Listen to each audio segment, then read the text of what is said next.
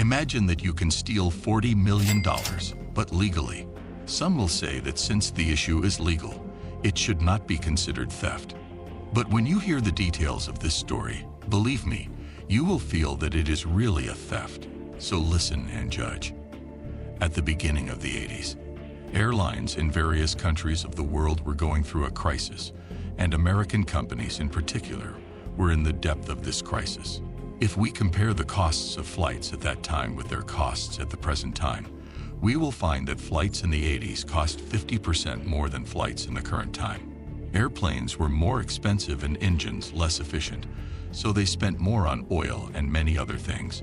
So the costs of airlines at that time were more expensive and their profits lower. At that time, American Airlines was the national airline in America. It was one of the companies most affected by the crisis. In the year 1981, the company announced that it had lost $76 million, so the company's situation was difficult, and they needed money. They needed cash. So the company's board of directors met to work on finding solutions and ideas to get out of this critical situation. So the discussion began between the members of the board of directors, and each one of them tried to present ideas in order to attract more customers, and they began to think about offers that could make their trips attractive.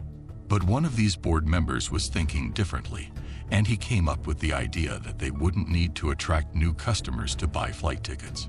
But instead, he said that they should take more money from their existing client base, especially their wealthy ones. Okay, but how?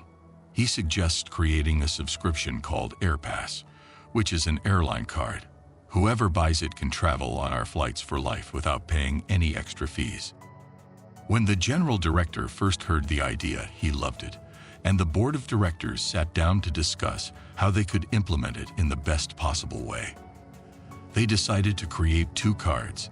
The first card is called Airpass, or the Air Transit card, and the second card is called Company Pass, or the Companion card.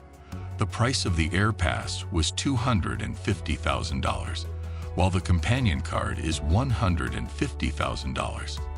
This Air Transit card is a card that allows you to ride on any American Airlines flight all over the world for the rest of your life. Moreover, you will travel in first class, and you will get all the services that they provide to their distinguished customers. While for the Companion card, allows you to take any person with you on any of these trips with the same privileges, but this person must be with you on the same trip, meaning that he can't travel alone using the card. You can take anyone you want. You can take your wife, your son, your friend, or even a stranger you don't know. So if a person decided to buy these two cards together, he needs to pay $400,000. A large amount, of course. The airline thought that this way they would get a lot of money quickly. And at the same time, they thought that they would profit from this deal because they believed that no one would use these cards to travel every day. They were sure that those who buy such cards are wealthy people. These people may be businessmen, celebrities, or athletes, so they don't have enough time to travel every day. Our friend, Steve Rothstein, was one of the 66 people who bought the Air Transit card and Companion card together. Steve will make American Airlines regret the moment they thought of making these cards, because over the next 22 years, he would book more than 10,000 flights. Meaning, the number of flights he booked was more than the days in 22 years. So, how did he do it? The first reason is that our friend used to take more than one trip a day on the same day, even 4 or 5 trips in one day. The second thing was that he didn't take all the trips he booked, so he used to book 2 consecutive flights to the same destination, in case he was late or in case he changed his mind. So he always books backup flights. Our friend Steve was flying almost every day for the most insignificant reasons you can imagine. For example, he used to fly to Ontario in Canada just to eat a sandwich in a certain restaurant, and the next day he traveled to Paris in the morning and have lunch and return to America at night. He enters a VIP waiting room, travels on the first class, and enjoys all the distinguished services such as entertainment, high-quality meals, and more. For Steve, this was the best investment in his entire life, while this was a disaster for the American Airlines. And more than that, there was a second person named Jack Fraun.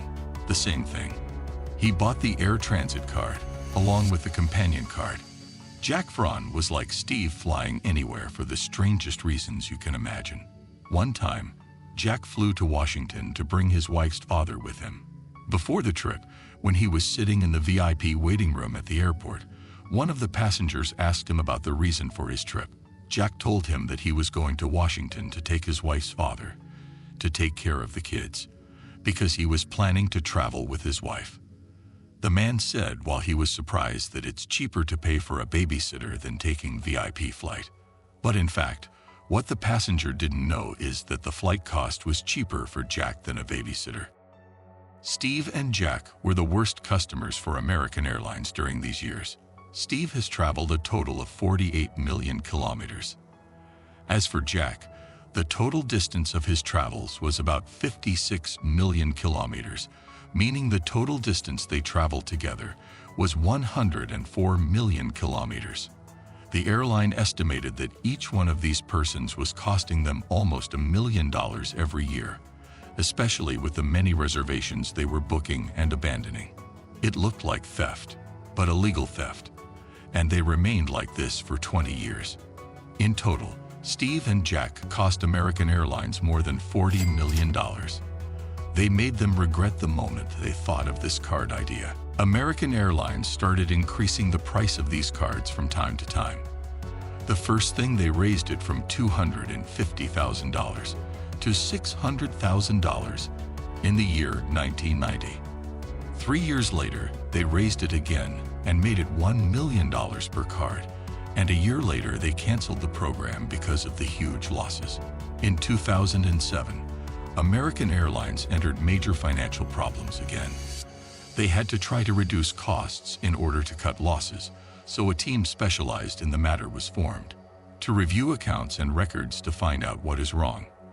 They found that among the causes of the crisis was the huge cost and expenses spent on cardholders, headed by Steve and Jack. The other cardholders were causing the company heavy losses as well. One of them, for example, whose name was Mike Joyce, took round trips to London 16 times in 25 days. The company wanted to get out of this bad situation. In the year 2008, the company sent a letter to Steve. The content of the message says that his card has been canceled and that he won't be able to use it anymore, nor the companion card. The reason is that he was taking precautionary reservations with fake names on the companion card. He used to go to the airport and offer strangers to travel with him for free in the first class, and then after that, he changed the fake name of the reservation to the name of the stranger he met in the airport. So the airline considered this as a fraud, and on this basis, they revoked all his cards. The company sent a similar letter to Jack, accusing him of selling the accompanying trips he books. Because according to their records, he traveled with more than 100 different companions, and most of them did not come back with him, which aroused suspicions that he was selling flight reservations, which is contrary to the terms of the contract between him and the company. The company even tried to contact some of the people who traveled with him and tried to investigate them, asking them if they had paid something to Jack in exchange for taking them with the companion card.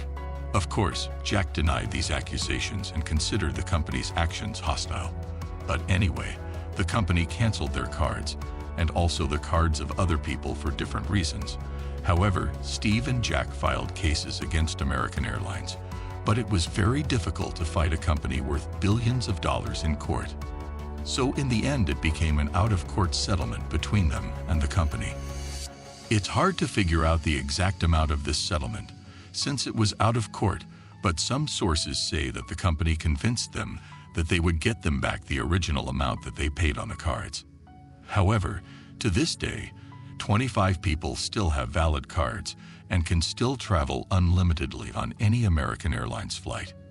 In the end, who do you think is wrong about what happened? Is it all the fault of the company because they are the ones who made this offer? Or it's the cardholders' fault because they misused it? Can we call this illegal theft?